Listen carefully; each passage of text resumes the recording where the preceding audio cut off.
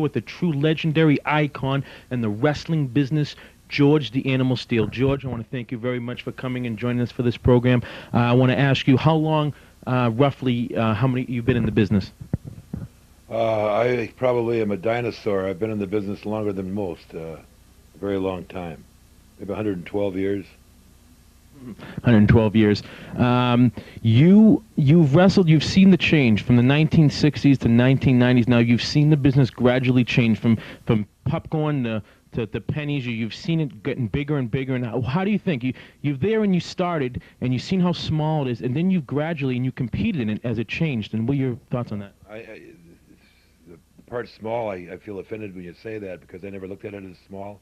We used to sell out every place that we went, and I'm talking about major arenas like the Boston Gardens, Madison Square Gardens, Philadelphia, sold out week after week after week, and we came in every 3 weeks. What they're doing now, they come in about 4 times a year like the circus, and I'm not sure if they came on the regular basis like we did that they would sell out like we did. Of course, the prices are a lot different. They used to be a lot cheaper. That's the nature of the society and our economy in the 90s. I don't regret anything. I'm glad I was there when I was there. And I think the character of George the Animal Steele has been a major part of the change in wrestling, along with the genius of Vince McMahon. Your staying power is incredible. Let me ask you a quick question about the late, great Gorilla Monsoon, who just left us. He's a man that you fought with and been with, and I want to know your comments on how great of a man Gorilla really was. I call him Gino now. I used to be Gorilla, but he is a legend. He was a great guy. He was a great athlete. He was a great student. He was very articulate. He was a real plus for the wrestling business. He called it like he saw it. I'll never forget when they were closing the Boston Gardens. They were asking the different guys what they thought of it. Most of us had a lot of nostalgia and good feelings about it. He said, and I'll never forget it, it was a stinking old building. That's all it was. Had no air conditioning. I sweat my ass off in here, and I'm glad they're closing it. That was his, but that's the way he was. He called it like he saw it. And if you were promoted, what would you change about this sport? If somebody gave you all the power tomorrow, you had 25 to 30 wrestlers under your thing, you had your own promotion, what would you do? What would you bring back? What would you make it as your signature of George Steele? I would turn my back and walk away from it. I have no desire to promote. I have no desire to be in control of other people's lives. It would not be for me. I would never do that. You mentioned earlier you had some influence on Prince Albert, on young stars. You like helping out. What other influence? Have you ever had any other influence on other stars coming into this business? I think I've had an influence on a lot of major stars, just talking to them, directing them a little bit when things get a little hard, not to give up, to keep fighting. Yeah, I think I've had an impact on the business, major.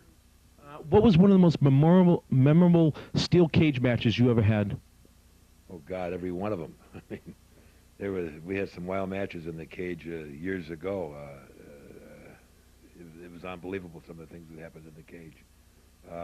I didn't like cage matches. They weren't designed for me. Some people thought they were there to keep me in the cage. I think it was there to keep me away from maybe getting a table or chair or whatever. They were very confining. I think I had claustrophobia a little bit. I just never liked the cage. Very dangerous match. What was the most memorable highlight of your career? You could say, at all those years, one night stands in your mind as you saying, you know what, this was awesome, this was all worth it. Well, actually, I really didn't participate a whole lot in the match. It was in Detroit, my hometown. The wrestling had gone kaput there because of poor promotions. The WWF had started moving in that direction. Vince McMahon Jr. asked me what I thought about going to the Detroit area, and I told him, well, if you got 3 years and you don't have any substitutions with strong cards, you could make it. Just about 3 years to the day was WrestleMania 3, which is the largest crowd in the history of professional wrestling. We had 97,000 people in one building. I say professional wrestling is the largest indoor crowd for any form of entertainment, period. That's in the Guinness Book of Records.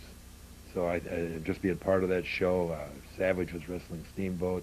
They had Elizabeth in one corner and me in the other, and I had an opportunity to push Randy Savage off the top rope and help Steamboat beat him in front of all those people in my hometown. It was great. That was the biggest thrill, I think.